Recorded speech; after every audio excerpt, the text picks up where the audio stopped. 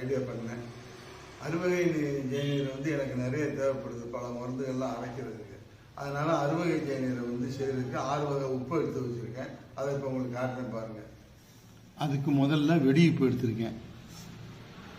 வெடியுப்பு 200 gram எடுத்திருக்கேன்.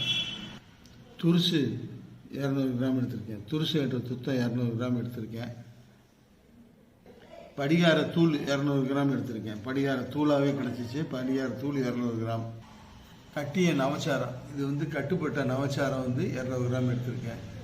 கட்டிய சோற்றுப்பு 200 gram எடுத்திருக்கேன். வெங்காயம் ஒரு 200 கிராம் எடுத்திருக்கேன். தனி வெங்காயம் 200 கிராம் எடுத்திருக்கேன்.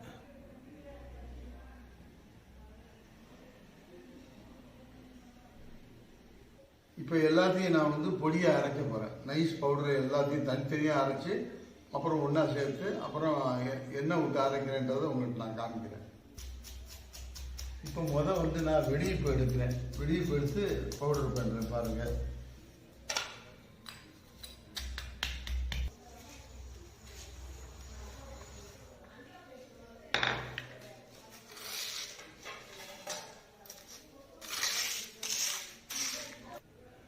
வெடியுப்பை வந்து பொடியை அரைச்சிட்டேன். இனி அடுத்து வந்து வெங்காயம் எடுக்கிறேன்.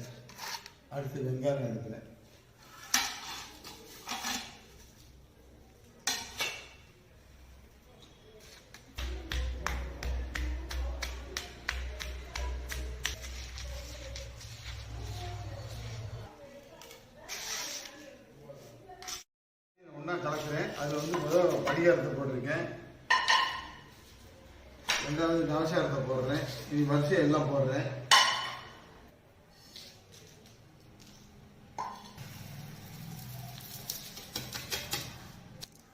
வெங்காயம், சோத்து உப்பு,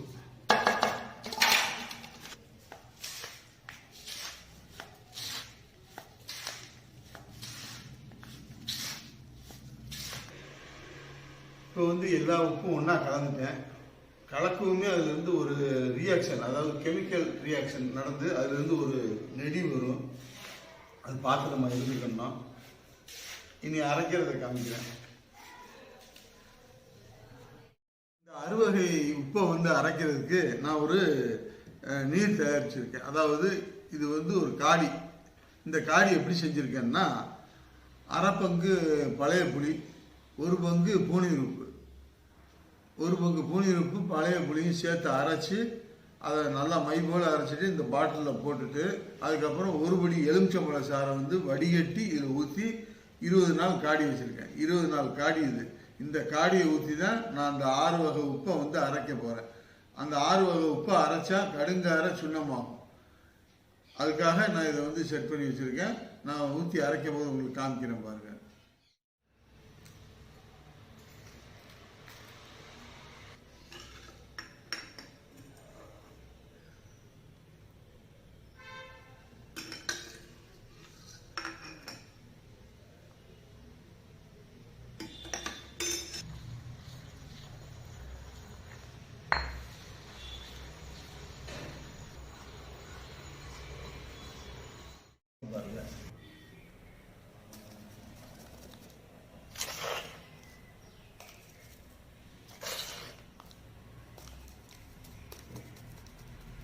இதை வந்து நான் வில்ல தட்டி கரெக்டாக அந்த ஆஸ்குள்ளே வந்து போட்டேன்.